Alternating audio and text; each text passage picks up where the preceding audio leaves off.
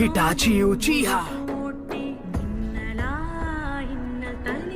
என்ன புடிச்சிட்டு போறதுக்காக வந்திருக்கியா? இல்ல, நான் அதுக்கு வரல. இப்ப நான் உன்கிட்ட பேசுறதுக்காக மட்டும்தான் வந்திருக்கேன்.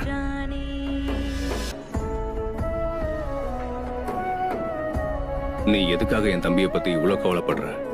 அவன் சாதாரணமான நிஞ்சாதான்.